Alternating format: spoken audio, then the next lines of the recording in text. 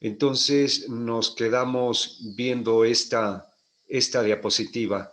Fue la última que hemos visto, ¿no? El país de Jesús. Con este mapa hemos identificado algunos datos importantes, la población, la actividad agrícola, las divisiones del país, con algunas características de cada una de ellas. Vamos a retomar algo después cuando hablemos del proyecto de Jesús, Galilea, Samaria y Judea.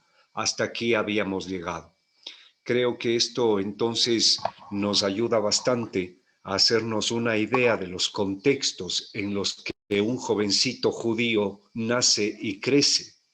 Podríamos hacernos la idea entonces de cómo esta realidad va impactando y construyendo la vida de una persona. Y ahora vamos a acercarnos a este señor. Bueno, yo he puesto ahí una foto como para saber de quién estamos hablando. Y algunos datos que van ustedes a ver no son necesariamente de los textos bíblicos, sino que son también producto de algunas investigaciones que decíamos, ¿no? Entonces, ¿cómo se llamaba? Pues en hebreo le llamaban Joshua o Yeshua, y en arameo, que era la lengua propia de Galilea, seguramente le llamaban Yasha. Su mamá, sus familiares, sus parientes, los vecinos de Nazaret, entonces tal vez le llamaban así, Yasha. Por los textos bíblicos de Lucas y Mateo, que son los únicos o los que más nos transmiten datos, sabemos que su familia, su padre era José, su madre María. No hay nada que lleve a pensar que son nombres simbólicos, ficticios o algo así. Hay más bien un acuerdo en que efectivamente José y María fueron padre y madre de Jesús de Nazaret. En los textos de Lucas y Mateo se mencionan algunos otros parientes, Isabel, su tía o prima más bien de María, madre del Bautista, y se menciona también a un tal Santiago, que luego en Hechos de los Apóstoles también es mencionado, aunque aquí el Evangelio de Mateo también le menciona a él y a otros tres que no sabemos muy bien quiénes fueron, José, Simón y Judas. Creo que valdría la pena saber sobre esto de la familia, que los galileos, los habitantes del norte del país, tenían una cultura profundamente campesina, agraria y además enraizada con tradiciones de esa zona. Y en esta cultura la familia es sumamente importante. Es el elemento o es la institución fundamental de la cultura galilea, la familia. Y en la época de Jesús, la familia es extensa, no es la familia nuclear chiquita que hoy conocemos. Eran familias grandes, compuestas por primos, tíos, abuelos, etcétera. Eran más bien clanes o pequeños clanes o pequeñas tribus, y todos ellos se sentían familia. Y la palabra hermano, hermana, tío, tía, primo, primo son más bien añadiduras de los traductores o son añadiduras más bien de los escritores posteriores. Pero en la época de Jesús no había mayor esfuerzo por distinguir los niveles de parentesco en las grandes familias galileas. Con seguridad esto también funcionaba en la Galilea de Jesús. Este es otro tema interesante. ¿Cuándo nació? Para ser más exactos, nace en el año 747 de la fundación de Roma, siendo emperador de Roma un fulano llamado Octavio, y estando Herodes el Grande como rey en Jerusalén. Ese es el dato preciso. Pero cuando alguien quiso calcular Cuando alguien quiso calcular ya en nuestro calendario actual, podríamos decir la fecha de Jesús, del nacimiento de Jesús, hubo un error y Jesús, podríamos decir, nació entre 5 y 6 años antes de lo que usualmente se cree. Quiere decir que hoy no estamos a 2021 años del nacimiento de Jesús, sino que estamos a 2026 o 27 años después del nacimiento de Jesús. ¿Dónde nació Jesús? En los textos bíblicos y en algún otro o en algunos otros textos no cristianos se le llama el Nazareno o el Galileo. Todos los evangelios lo dicen. Y además, como decía, hay un texto de un historiador llamado Flavio Josefo, donde se dice que era Galileo o que provenía de Galilea. Y hay un texto judío que se llama el Talmud, donde también se le dice que era Galileo. Todo indica entonces que posiblemente nació en Nazaret o en Galilea, y esto no quita tampoco que lo que nos dicen Mateo y Lucas sea también histórico, que nació en Belén de Judá, aunque haya ido a vivir todo el resto de su vida en el norte, en Galilea. ¿Qué nacionalidad tenía? Esto es un poquito complicado, pero quedémonos con lo más seguro y sencillo. Su nacionalidad era judío israelita, pero hay que precisar que al ser Galileo tenía una cultura distinta a la del resto de los judíos. Los judíos serían propiamente los habitantes de la zona del sur de Judá, pero él, en cuanto a cultura, era más bien arameo antes que del sur, judío. Y como tal también debió haber hablado arameo como lengua materna, que es el dialecto de Galilea. Y también debió haber manejado el hebreo, pues era la lengua para asuntos religiosos, para leer los textos religiosos, era la lengua de las oraciones, era la lengua de los asuntos políticos. Entonces es raro que un Galileo no conociera el hebreo. Posiblemente también conoció algo de griego, pero no tenemos como mucha certeza o evidencias de eso. Jesús no tuvo estudios formales en colegio, universidad, estudios superiores. Se formó como todo niño chiquito de Galilea o judío. Los niños varones, no las mujeres no podían acceder a una educación en la sinagoga. Los niños varones hasta los 12 años se forman en dos lugares principalmente, en la sinagoga y en la casa al cuidado de la madre. En la sinagoga los niños reciben formación religiosa. Era como una catequesis. Ahí aprendían a leer los textos bíblicos o se los memorizaban, aprendían a cantar, aprendían a orar, aprendían algunas ideas fundamentales de la fe judía, y era más bien una catequesis, no era una escuela como la que hoy conocemos propiamente dicha. Esto es lo único que sabemos o creemos con seguridad sobre la formación de Jesús de Nazaret. Tuvo entonces esa etapa de formación básica y común hasta los 12 años. A partir de ahí, con seguridad, más bien pasó a ser un mayor de edad y a dedicarse a ganarse la vida. ¿Dónde vivió?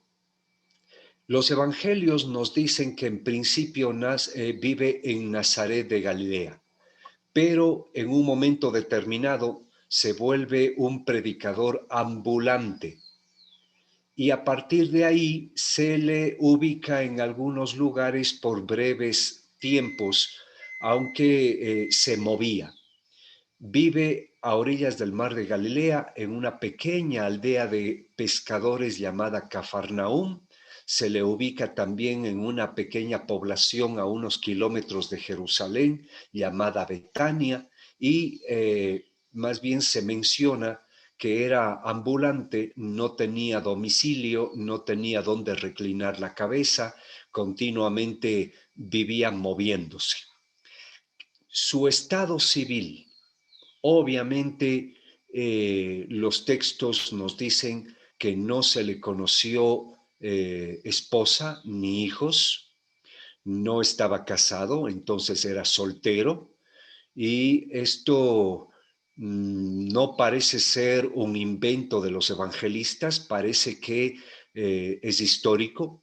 Jesús de Nazaret hace unas opciones y entre ellas opta por ser soltero, no porque no le gustaran las mujeres, no porque no le gustaran los niños, no porque le tuviera miedo al compromiso matrimonial, sino por alguna otra razón. Aquí entonces hay opiniones divididas, pero lo cierto es que lo más histórico es que era soltero. ¿A qué se dedicaba? En los textos originales y en algunos otros textos no cristianos descubiertos y analizados, se dice que Jesús era tectón, es decir, artesano, que hacía oficios manuales, hacía de todo un poco. Hoy construía una silla y mañana montaba una casa. Al otro día era campesino y después picaba la piedra. Jesús entonces era un artesano hábil, que era, por cierto, una ocupación apreciada, lo que indica que durante algún tiempo debió tener la capacidad de sostener a la familia. Muy bien. Sin embargo, los textos nos lo presentan proveniente de un sector social pobre o empobrecido. Lucas y Mateo nos cuentan que nació en una situación de pobreza, aunque ahí hay discusiones sobre si su nacimiento en un pesebre fue por voluntad de la familia o fue por las circunstancias del hacinamiento y no lugar en la hospedería, en fin. También los evangelios y San Pablo nos dicen que Jesús hizo una opción radical por ser pobre con los pobres o entre los pobres, una opción profundamente solidaria con los pobres. Desde ahí hace una opción por ubicarse en esa posición social determinada. ¿Qué religión tenía Jesús? Era un judío, religión judía, aunque hay que reconocer que en cuanto a religión, en cuanto a pensamiento religioso, en el país de Jesús no había necesariamente una unidad, habían sectas y habían grupos. Aparte de sectas y grupos religiosos que tenían algunas peculiaridades, habían también grandes tradiciones teológicas que se han venido formando en Israel desde siglos atrás. Entonces, aunque Jesús es judío, hay que anotar que tiene una tendencia particular. No es partidario de la religión oficial que en aquel entonces estaba en el control del gobierno del país. Y desde esa postura personal, Jesús fue un personaje muy crítico frente a las autoridades religiosas, y no solo frente a las autoridades, sino a la teología misma, a la teología judía. Muy vinculado a la religión, hay que añadir que Jesús no fue un sacerdote. El sacerdocio era un derecho o un privilegio de poquitas familias mayormente vinculadas a la aristocracia terrateniente, es decir, a los saduceos, y por lo tanto Jesús no fue ni lo uno ni lo otro, no fue ni saduceo ni sacerdote. Cuando digo que no fue saduceo, cuando digo saduceo, me estoy refiriendo a esa aristocracia, a los nobles de sangre azul, a esos que tenían apellidos de abolengo, a esos que estaban emparentados con grandes y famosos ancestros del pasado de Israel, que en este momento se han beneficiado de las reformas de Roma. Los saduceos fueron una aristocracia que alcanza gran poder económico vinculándose a Roma. Los romanos ven en el saduceísmo un grupo aliado que le favorece también a su propio proyecto. Jesús no fue ni sacerdote ni saduceo. Jesús no fue tampoco de la secta de los fariseos. Aunque los fariseos eran laicos, no eran sacerdotes, eran un grupo obsesionado con el cumplimiento al mínimo detalle de las leyes de la religión judía, la que llamaban la ley de Moisés. Y eran conocidos como unos judíos legalistas, cumplidores de todas las leyes, tradiciones, mandamientos que estaban en el Antiguo Testamento o que todavía están en el Antiguo Testamento o que eran mandadas por las autoridades de aquel entonces, el Sanedrín, el sumo sacerdote, los doctores de la ley, los grandes rabinos, estudiosos de la religión, en fin. Los fariseos además eran una clase media acomodada, porque en su mayoría eran gente proveniente del sector comercial y financiero, eran prestamistas, se dedicaban a especular con los capitales en los préstamos de dinero, eran dueños de pequeños o grandes comercios.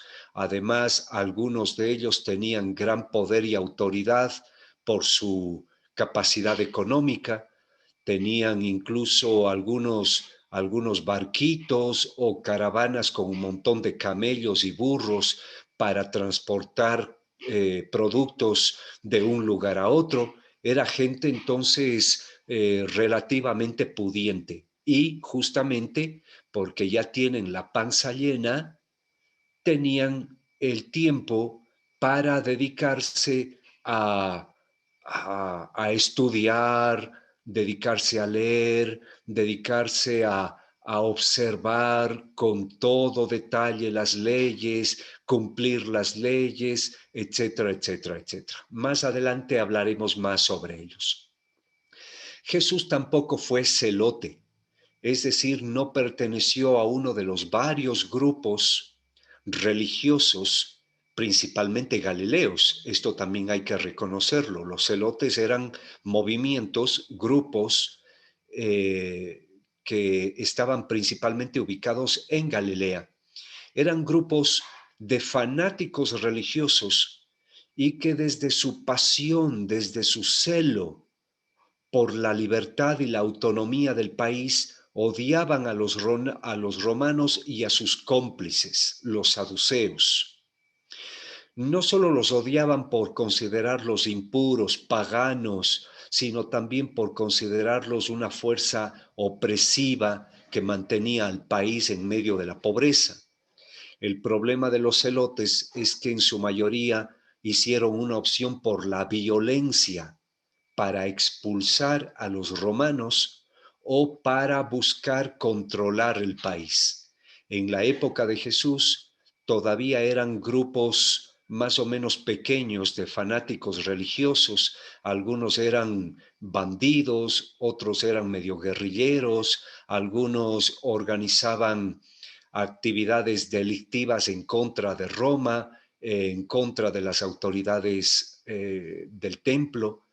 Pero Jesús nunca hace una opción por la violencia, es crítico de Roma, crítico del Sanedrín, los saduceos, los fariseos, pero la propuesta de Jesús no es igual a la propuesta de los celotes. Desde ahí está claro que Jesús nunca fue un celote, aunque hay que anotar que en el grupo de sus discípulos, por lo menos a dos de ellos se les conocía como simpatizantes de los celotes. Tampoco Jesús fue un monje esenio, unos monjes que vivían recluidos al otro lado del Jordán, en montañas, en cuevas. Hoy les llamaríamos monasterios, pero no eran como edificios, sino más bien eran comunidades de pequeñas aldeas cerradas, monjes de claustro, podríamos decir, vivían juntos, separados del mundo. Eran unos monjes que consideraban impuro y malvado a todo lo que está fuera del mundo, y desde ahí entonces decían que hay que separarse de lo mundano, de los paganos, de los pecadores, para que no nos contaminen. Hay que vivir puros y limpios para que Dios nos encuentre así el día del juicio. Y hay que vivir en oración, en continua meditación, para que Dios nos salve a nosotros. Los esenios entonces eran unos monjes que se creían la divina papaya, se creían lo más puro y santo, y por eso, para no ensuciarse tocando, relacionándose, viviendo con los pecadores, se fueron a vivir en sus monasterios, en sus cuevas o en sus pequeñas aldeas muy resguardadas y cerradas. Jesús no es un esenio porque le conocieron como borracho y comilón, como alguien que iba a fiestas, como alguien que bailaba, como alguien que se movía, tocaba y conversaba con la gente. Jesús no tiene la idea esenia de pureza, de santidad, excluyente, marginadora, orgullosa, como la de los esenios. Jesús tampoco es de estos religiosos a órdenes del templo del Sanedrín, encargados de la enseñanza en los pueblos. No era un rabino, no era de estos pequeños pastores religiosos, me refiero, pastores locales, aunque la gente, según el Evangelio de Mateo, le llegó a llamar maestro, y según el Evangelio de Juan, a alguien le llegó a llamar rabí o rabuni, maestro, pero no maestro en el sentido oficial del mundo judío. Muy bien, esto sobre, creo que me pasé, ya. Entonces, esto sobre datos personales de Jesús de Nazaret, algunos refrendados por textos bíblicos y otros también obtenidos de datos de otras fuentes. Y ahora pasemos a otro tema. No podemos, hay que ser sinceros, quiero ser muy sincero con ustedes, no podemos hacer una biografía más pormenorizada de Jesús de Nazaret. Nos encantaría, pero no es posible por el momento. No tenemos detalles de dónde vivió tal año y después a dónde se fue a vivir y con quién se juntó. No tenemos detalles de qué es lo que dijo tal día frente a tal persona. Esto que nos cuentan los evangelios es como muy propio de cada evangelista.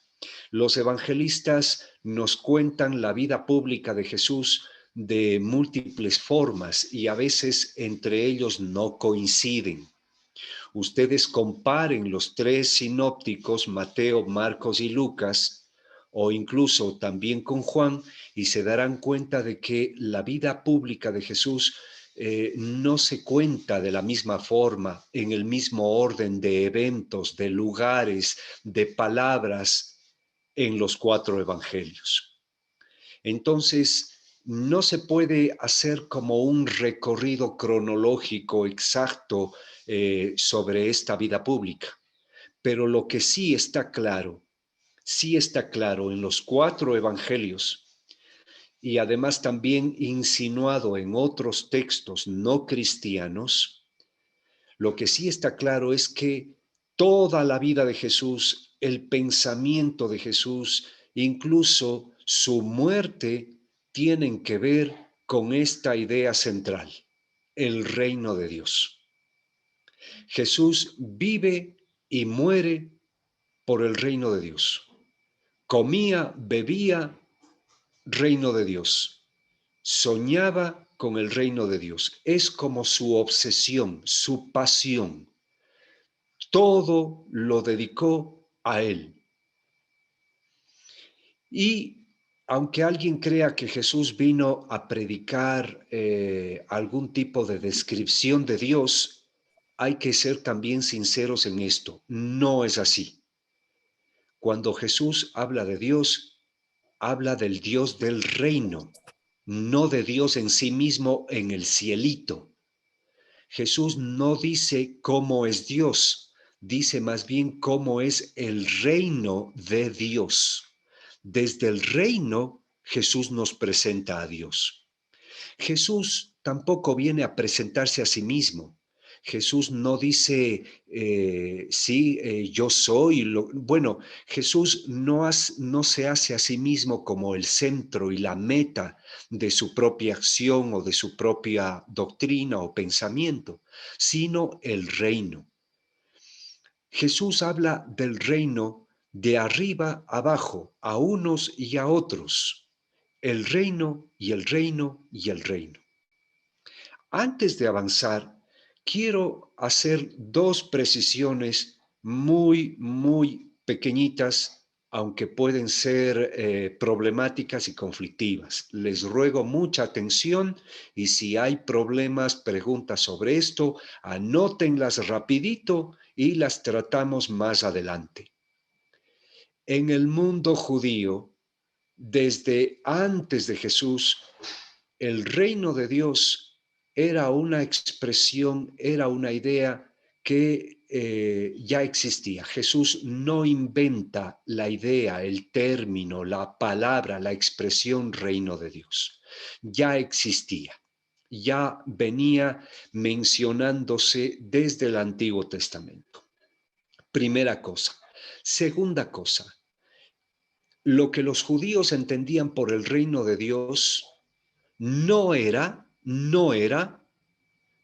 lo que algunos creen hoy en día, esa vida después de la muerte en comunión eterna con Dios al otro lado, en el cielo, diríamos hoy en día, por usar una palabra común, hoy. Entonces no hay que confundir lo que los judíos llamaban reino de Dios con lo que los cristianos llamaremos vida eterna.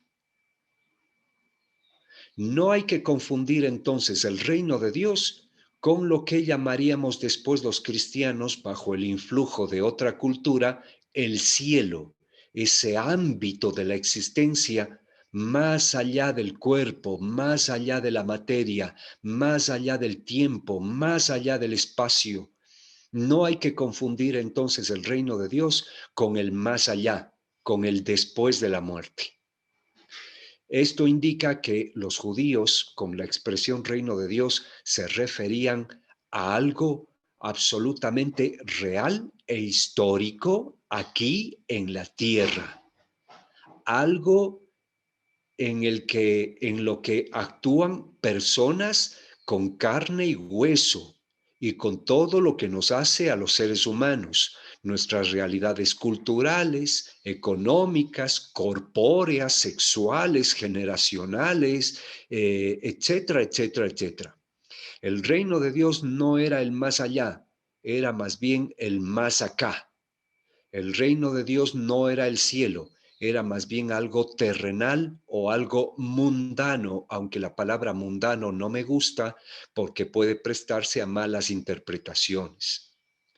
Bien, entonces, el reino de Dios, para muchos, debería más bien decirse con la expresión el reinado de Dios. Y desde el Antiguo Testamento, cuando se hablaba del reinado de Dios, inmediatamente se pensaba en Israel como el lugar donde Dios reina. Israel, el pueblo de Dios. Israel, el pueblo en el que Dios es el camino, la norma, la ley, en el que Dios dispone, en el que Dios dirige como un rey. como un rey. Entonces, la expresión reino de Dios o la expresión reinado de Dios inmediatamente tiene que vincularse a una comunidad concreta de hombres y de mujeres, de ancianos y de niños, a una realidad comunitaria de personas en la que Dios reina o en la que estas personas viven según el dictamen del Rey Dios o de Dios Rey.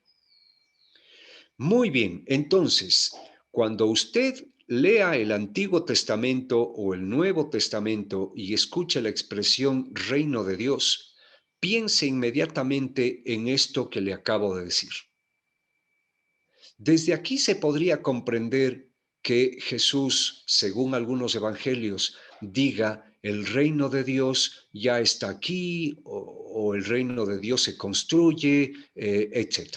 Muy bien, no pierdan de vista lo que acabo de decir.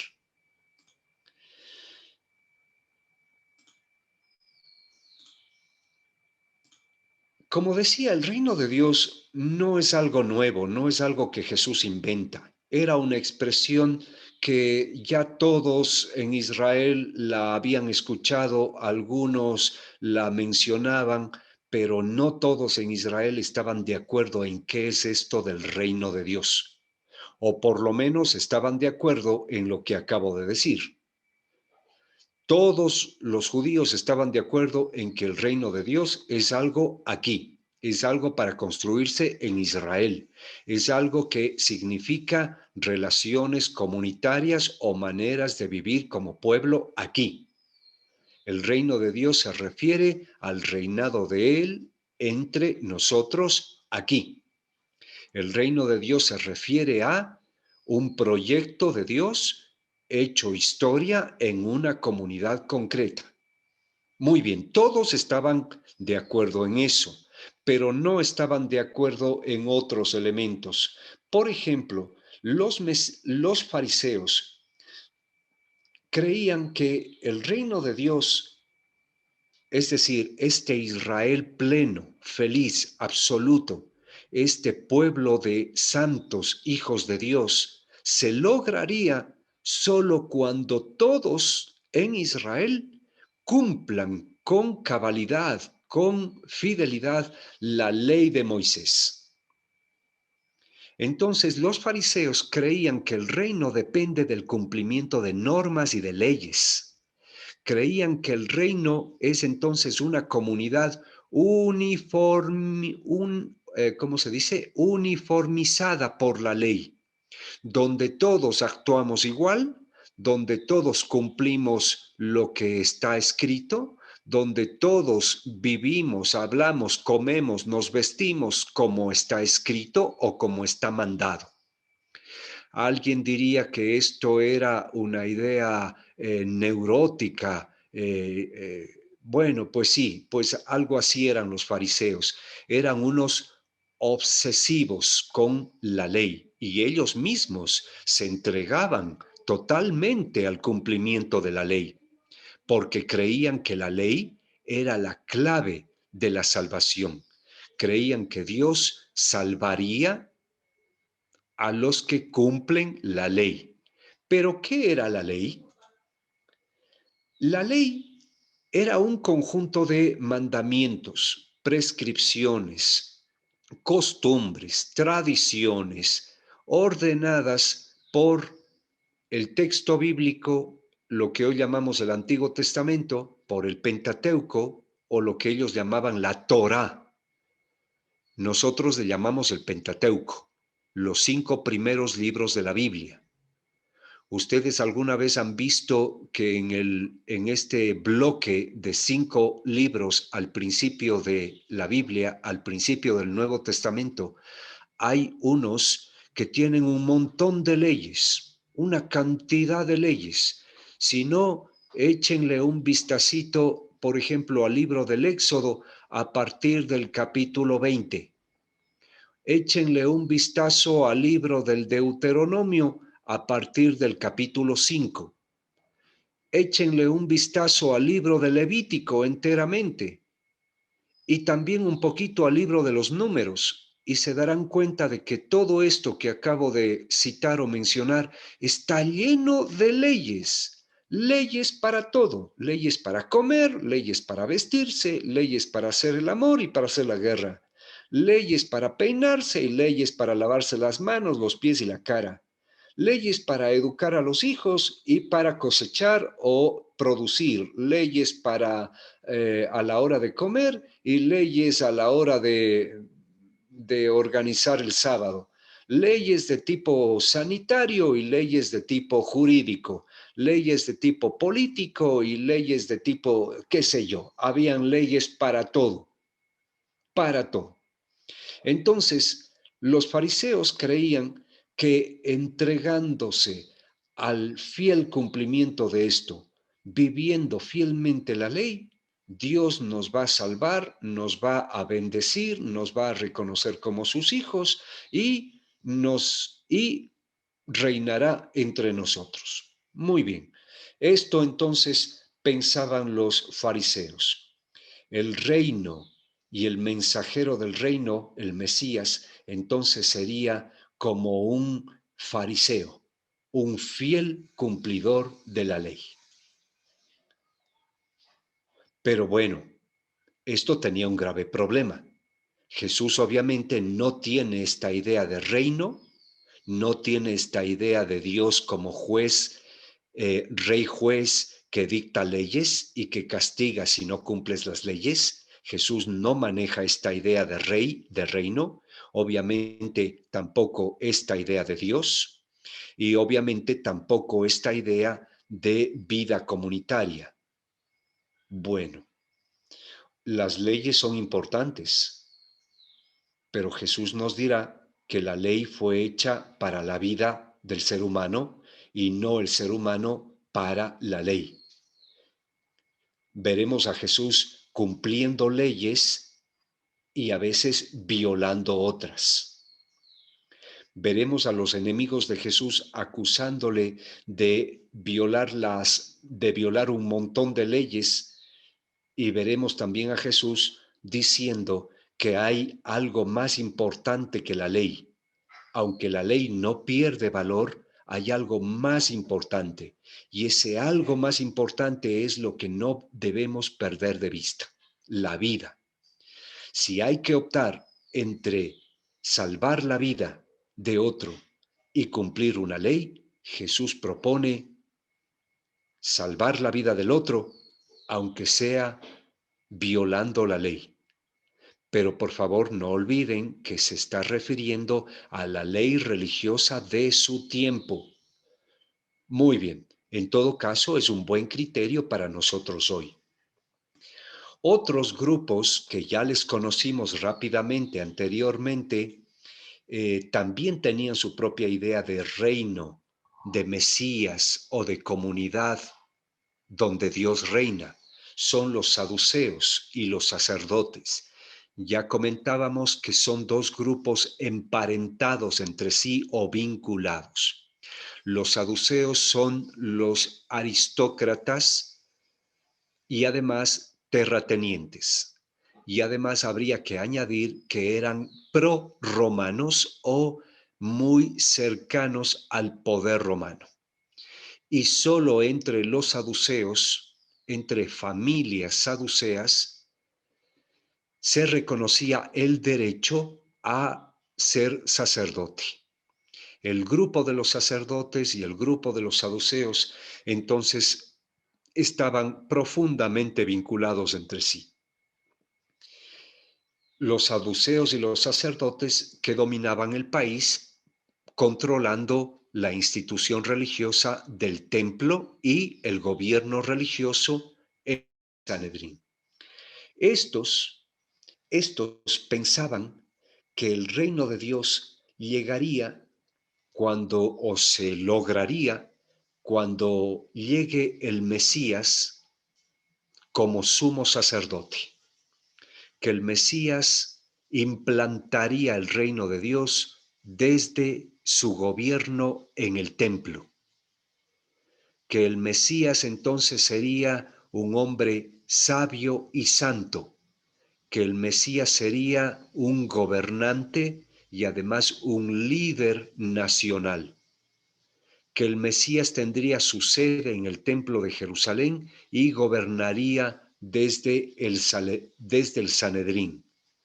Y creían que el reino de Dios sería este Israel en el que los sacerdotes controlarían, gobernarían, dirigirían conforme la palabra de el Mesías sacerdote o sumo sacerdote.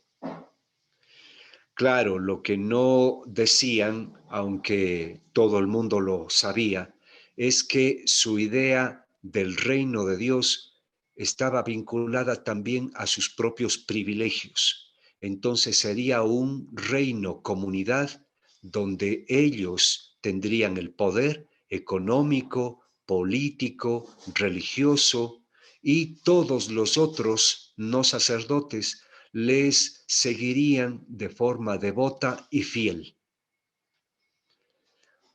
obviamente cumpliendo como ley principal el culto. Este segundo elemento es muy importante. Mientras los fariseos estaban obsesionados con la ley, los saduceos estaban obsesionados con el culto en el templo, el cumplimiento de la liturgia religiosa judía. Los otros grupos o los otros sectores sociales también tenían su idea del reino. Los celotes, por ejemplo, creían que el reino llegaría cuando por fin logremos botarles a estos infelices romanos y a sus cómplices sinvergüenzas de Jerusalén. Cuando por fin recuperemos las antiguas tradiciones, las antiguas formas de vida, cuando por fin regresemos a lo que éramos antes en la época del rey David, un país grande, próspero, un país rico o lo que sea, un país soberano, libre, autónomo, sin intervención de extranjeros, con nuestra propia lengua, nuestras propias historias, con nuestra propia religión. Y claro, este reino llegaría por la guerra o por la expulsión de los paganos. Jesús obviamente tampoco está de acuerdo con esta idea de reino, identificado con un país, con un Estado que lucha por su soberanía, aunque creo que a Jesús el tema de un pueblo que decide, un pueblo libre, le agradaba mucho. Bien, y los pobres, la gente pobre,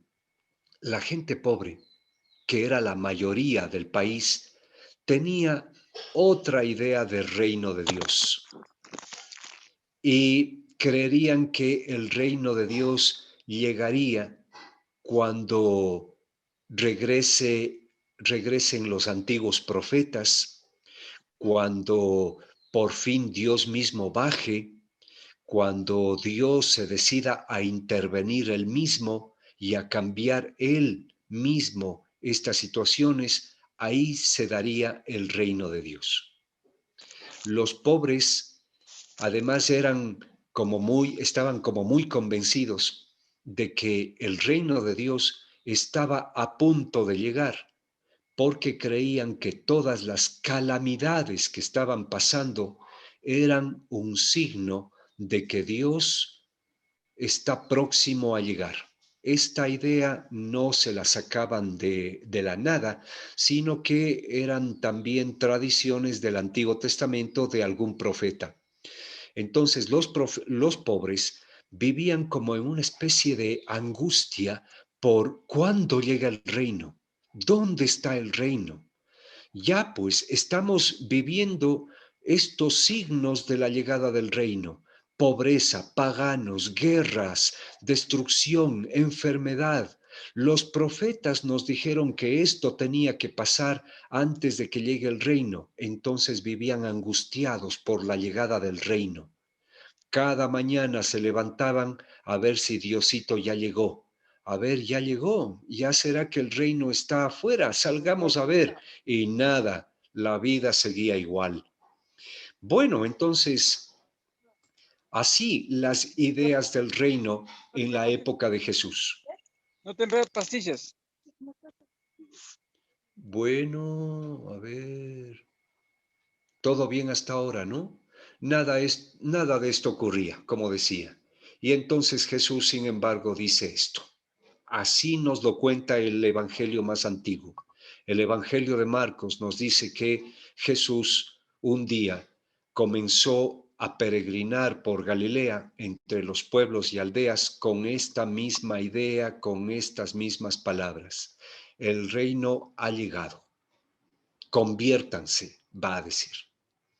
El Evangelio de Juan nos dice que Jesús comienza su ministerio público diciendo, el reino ya está entre ustedes y estos son sus signos. Los ciegos ven, los cojos andan, los enfermos quedan sanos, los sordos oyen y los muertos resucitan. La buena nueva, es decir, la buena noticia de Dios, que es el reino, ya ha llegado. Ya está entre ustedes. Bueno, y aquí llama la atención, cambien de vida, conviértanse. ¿Qué significa esto? ¿Por qué? Porque Jesús no tiene la idea de que para que el reino llegue haya que cambiar, haya que observar una ley o una tradición.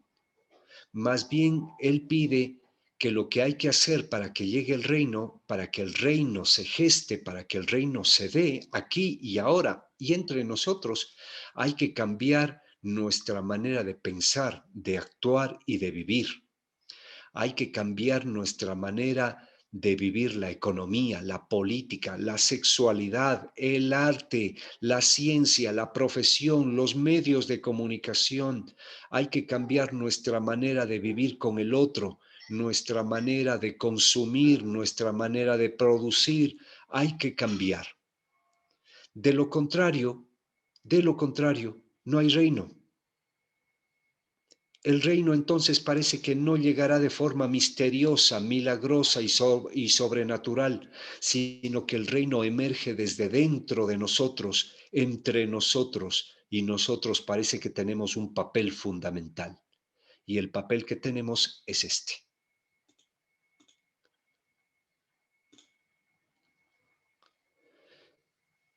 También nos pide un cambio, incluso en sentido religioso. Porque Jesús, de múltiples formas, nos lo muestran los evangelios, comprende que Israel ha perdido el rumbo. Israel no ha comprendido cuál es el proyecto de Dios. Israel se ha confundido. Y alguien que ha colaborado en esta pérdida del camino, en esta confusión, es la religión. Porque la religión oficial nos ha transmitido la idea de un Dios juez, de un Dios sacerdote, de un Dios policía, de un Dios que está desde arriba viendo si cumples o no cumples y te castiga enviándote enfermedades, pobrezas, esterilidad o sufrimiento. Y si cumples la ley, este Dios juez, castigador o policía te premia dándote riqueza, prosperidad, salud, descendencia. Esta idea perversa de Dios como alguien que premia y castiga no es la de Jesús. Y Jesús nos pide que esto es lo primero que tenemos que cambiar o está entre lo primero que tenemos que cambiar. Nuestra idea de Dios. Y Jesús nos dice cómo es Dios. Nos lo dice con la palabra Abba, Abba, misericordia. Prefiero decir que Abba significa misericordia a decir que significa papito. Aunque sí, alguien chinchoso por ahí que quiera buscarle la quinta pata al gato, estaría de acuerdo, ya, traduzcamos Abba por papito. Pero la idea que está por detrás de la expresión papito, Abba, es esta, misericordia. Y esto es Dios. Dios es misericordia. Hay que cambiar nuestra idea de Dios. Y esta idea que compartían fariseos y saduceos, qué pena, también muchos cristianos la tenemos hoy en día, ¿no? Muchos creemos que Diosito está desde arriba manipulando la biología y nos ha mandado el COVID-19 porque hemos pecado. O ha hecho que mi hijo muera porque hemos pecado. O ha hecho la temporada invernal en Estados Unidos porque han pecado. Dios está desde el cielo viendo si cumplimos leyes, si no las cumplimos y nos castiga o nos premia. Desde esta idea tonta o desde esta idea perversa, entonces ahora resulta que los pobres serían maldecidos y los opulentos serían bendecidos. Ahí está la trampa de esta teología, contra lo cual también Jesús critica o niega o ataca, porque esta teología esconde esa trampa. Es de alguna forma un pensamiento religioso que encubre o que protege a los pillos de siempre, a los pipones o aquellos que viven bien a costa del sufrimiento de otros. Bueno, entonces, Jesús de Nazaret nos pide también cambiar esta idea del Dios juez, del Dios ley, del Dios culto, del Dios templo. Pero cuidado, no vaya a creer que yo estoy diciendo que entonces los seguidores de Jesús no debemos tener leyes, no debemos tener tradiciones, no debemos tener templos, no debemos tener sacerdotes o no debemos tener bienes materiales. Cuidado, no estoy diciendo eso, ¿no? Lo que estoy diciendo es que Jesús nos pide cambiar nuestra idea, nuestra eh, experiencia de Dios, nuestra teología o creencia en Dios. Muy bien. El verdadero Dios ha sido como encubierto, acallado, anulado por todo esto. La auténtica justicia se ha vuelto legalismo, moralismo, obsesivo. Ha perdido esta dimensión de misericordia y de solidaridad. Esta justicia, esta ley, se ha vuelto más bien una carga, se ha vuelto un yugo que esclaviza, que oprime o que reprime a la gente o que les mantiene en la situación de dolor, de sufrimiento, etc.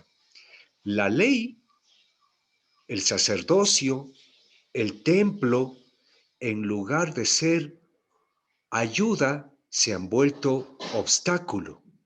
En lugar de ser puentes que unen, se han vuelto más bien muros que separan. En lugar de ser caminos por donde transitar, se han vuelto más bien muros que bloquean el paso. Esto es lo que nos pide que cambiemos. Y junto con el reino y la conversión, Jesús pide que crean en la buena noticia. Crean en la buena noticia. Pero atención, Jesús más de una vez dice, crean en lo que ven. La buena noticia está ante sus ojos.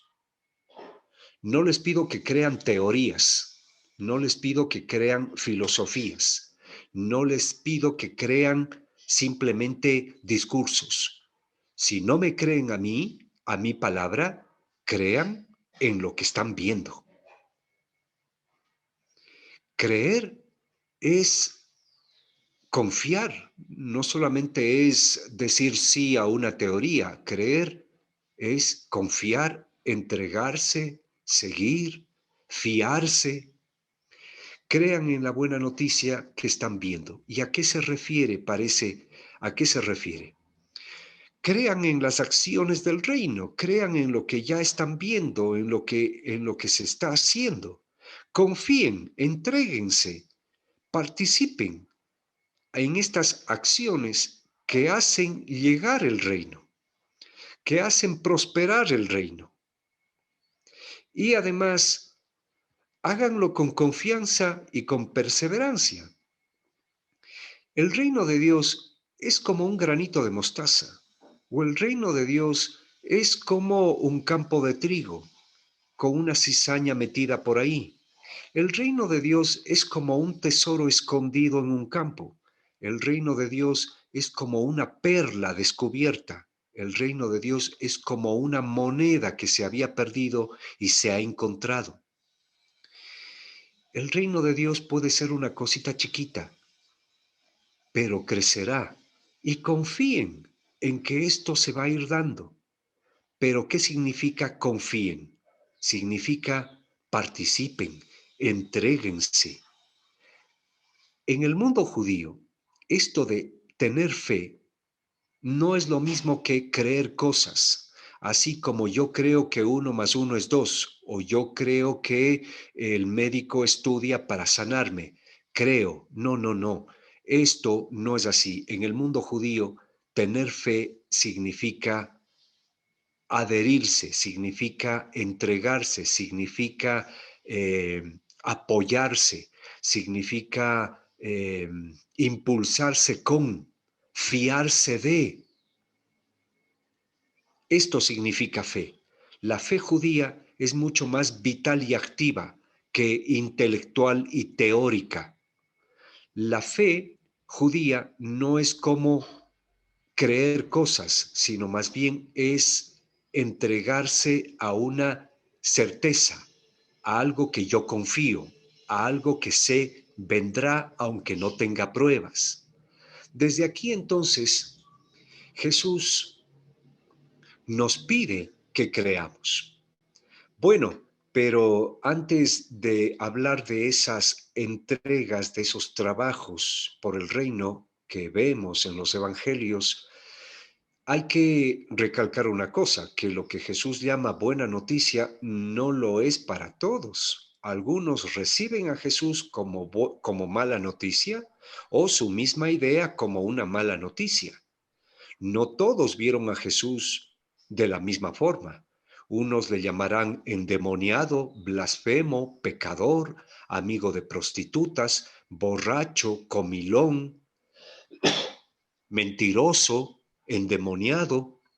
Y otros le dirán, nosotros creemos que tú eres el profeta, nosotros creemos que tú eres el Hijo de Dios vivo, nosotros creemos que tú eres el que tenía que venir, etcétera, etcétera, etcétera.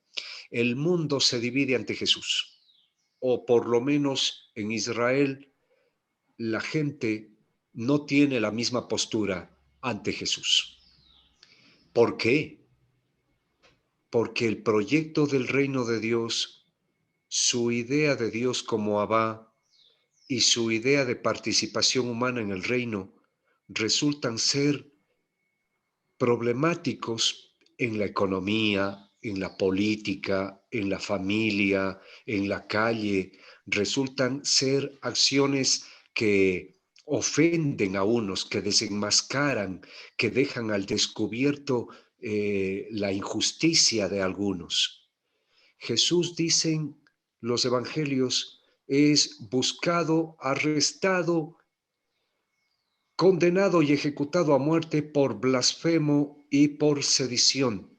Y bueno, aunque los evangelios dicen que eran acusaciones falsas, hay que sospechar que efectivamente el proyecto de Jesús, la fe de Jesús, la vida de Jesús, es un atentado contra la religión. Por lo tanto, sí, algo de blasfemia debieron haberle encontrado.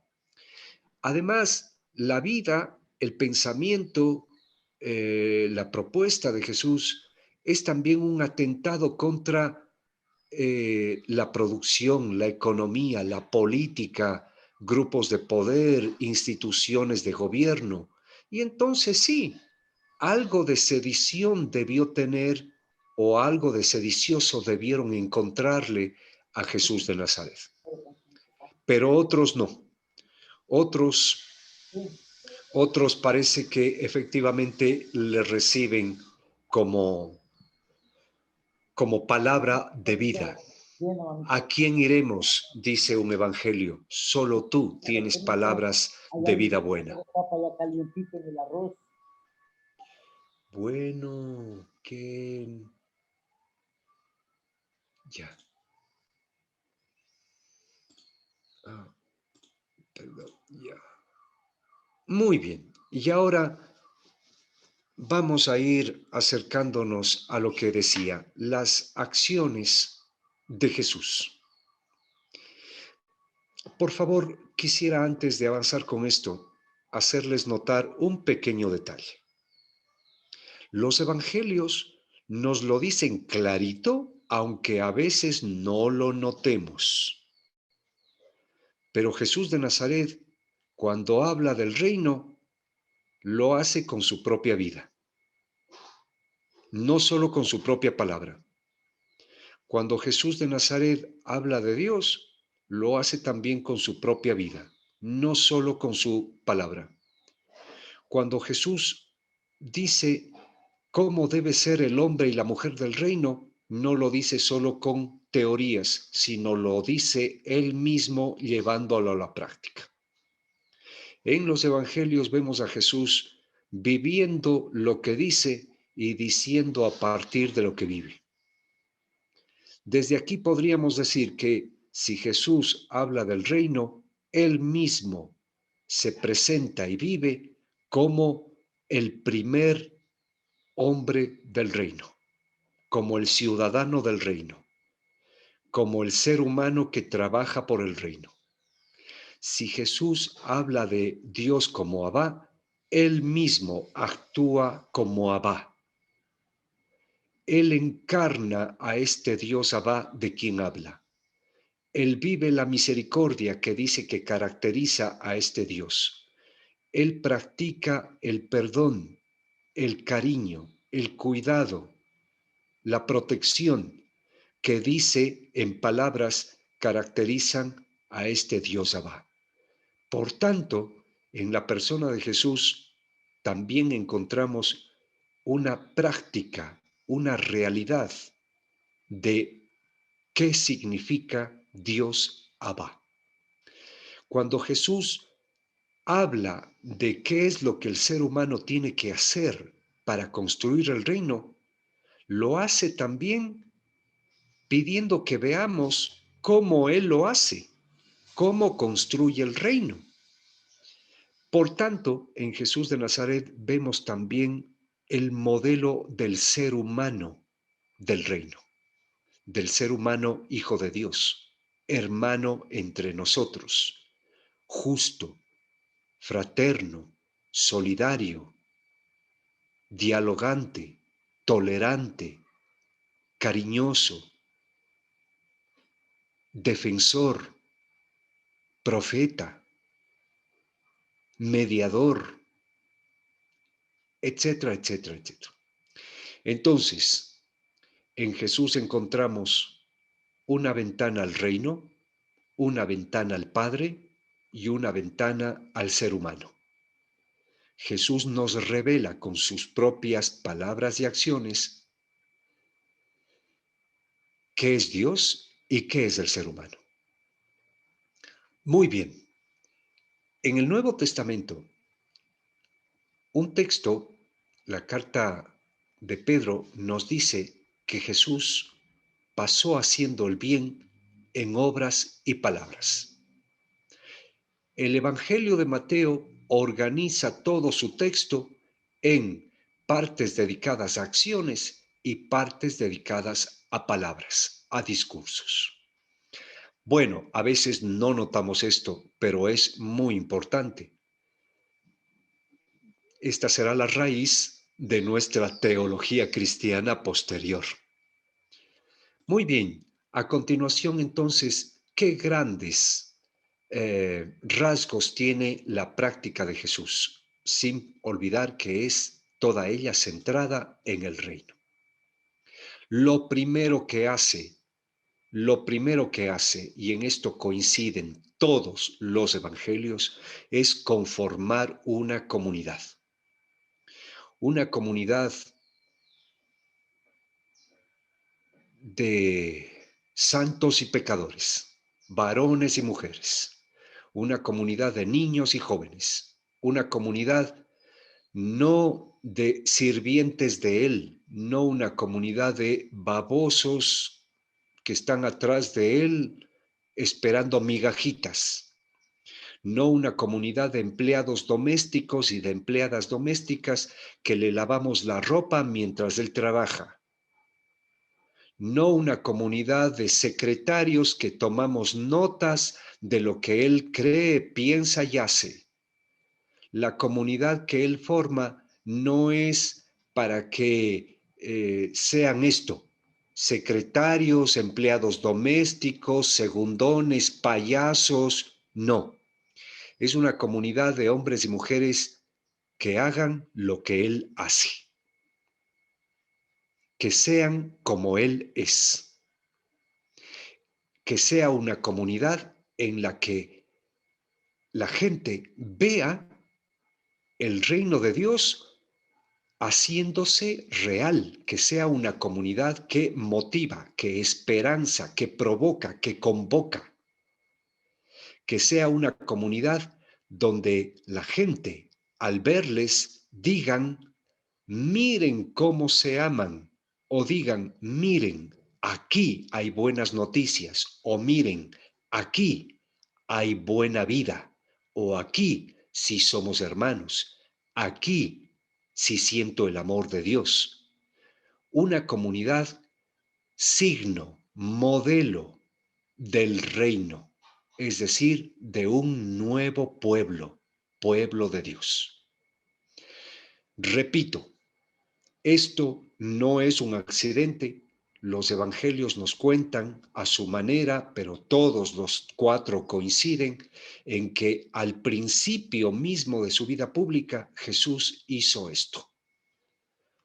Primera acción, construir y vivir en comunidad.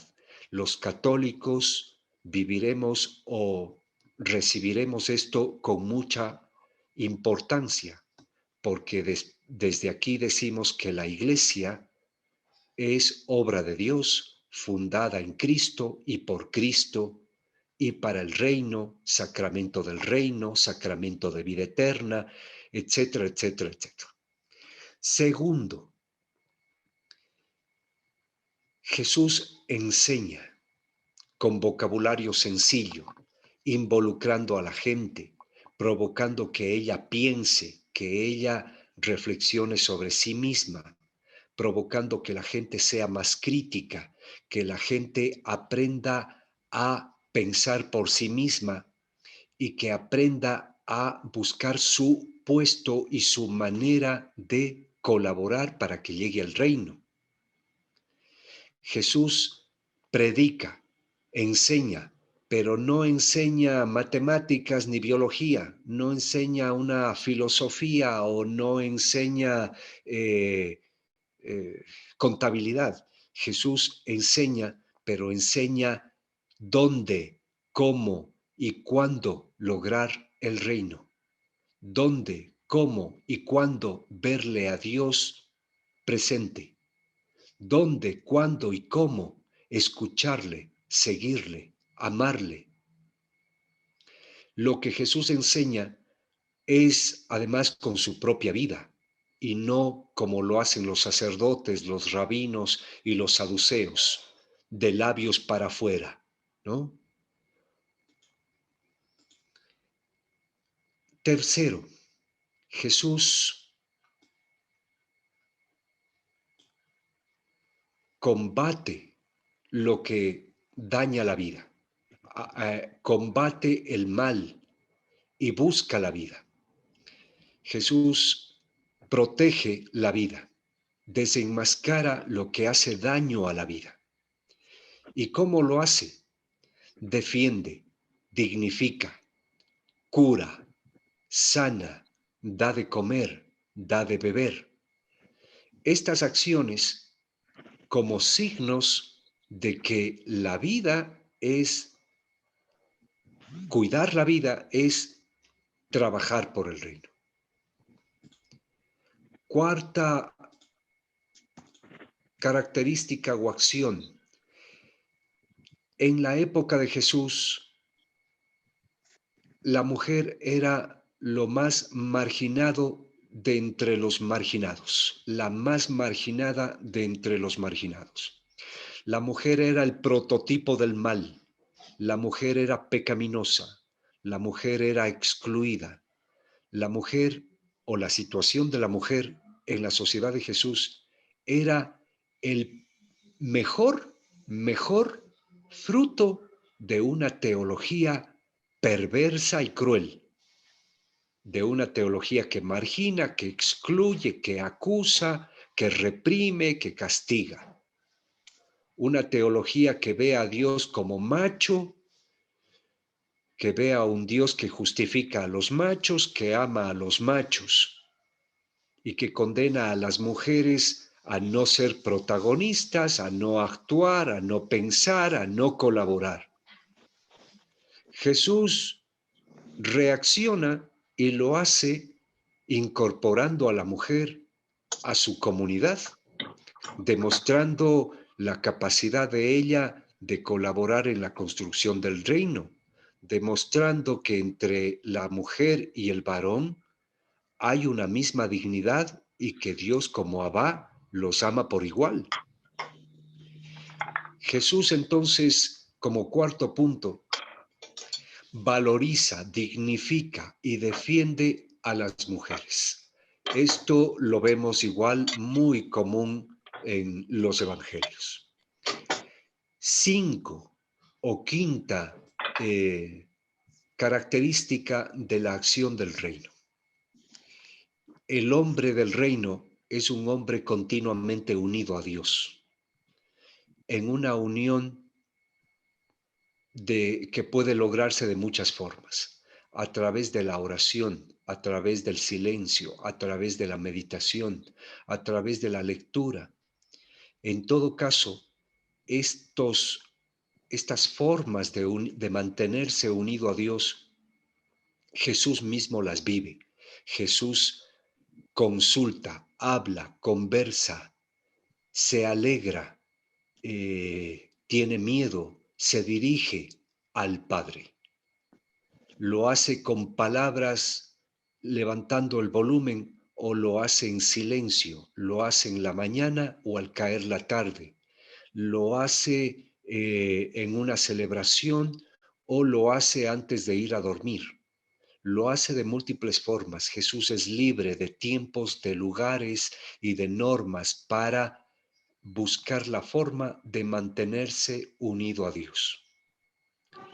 La oración, la experiencia de Dios, el diálogo con Dios que se puede dar a través de la liturgia, la meditación, la plegaria, etcétera, es también la característica del hombre que busca fuerzas, que busca luz, que busca impulso, o digo del hombre o también del ser humano.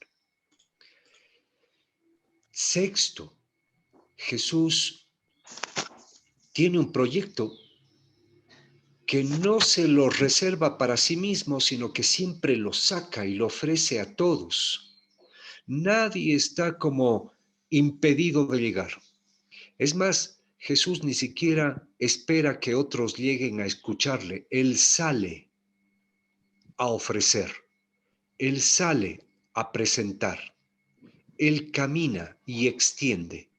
Es como un misionero, pero no como los misioneros judíos, que iban a hablar solo con judíos, sino que ahora Él sale a todo hombre y mujer, de todo pueblo, de toda raza, de toda condición social, de toda condición de salud o de toda edad.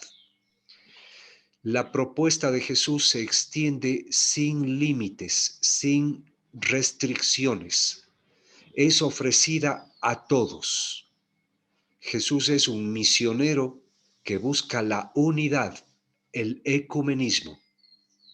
Eso significa ecumenismo, la ecumene, la unidad. regresar a la unidad, ¿no? Volver a ser uno. Como tú y yo, Padre, somos uno, dice Juan, dice en Juan allá por el capítulo 17. Entonces, el trabajo por el reino es un trabajo que sale, que se propone, que se lo ofrece a todos. No le veas la cara para ofrecérselo, ofrécelo. No te detengas si es varón o rico, si es mujer o negro, si es joven o es africano. No te detengas si está en la cárcel o es un adolescente drogado. No te detengas. Nada de eso impide el trabajo. Ofrécelo, ofrécelo, ofrécelo, ofrécelo. Y punto. Y luego ya veremos qué pasa. Pero nosotros, oh Jesús, esto es lo que vive y no solamente pide que se haga.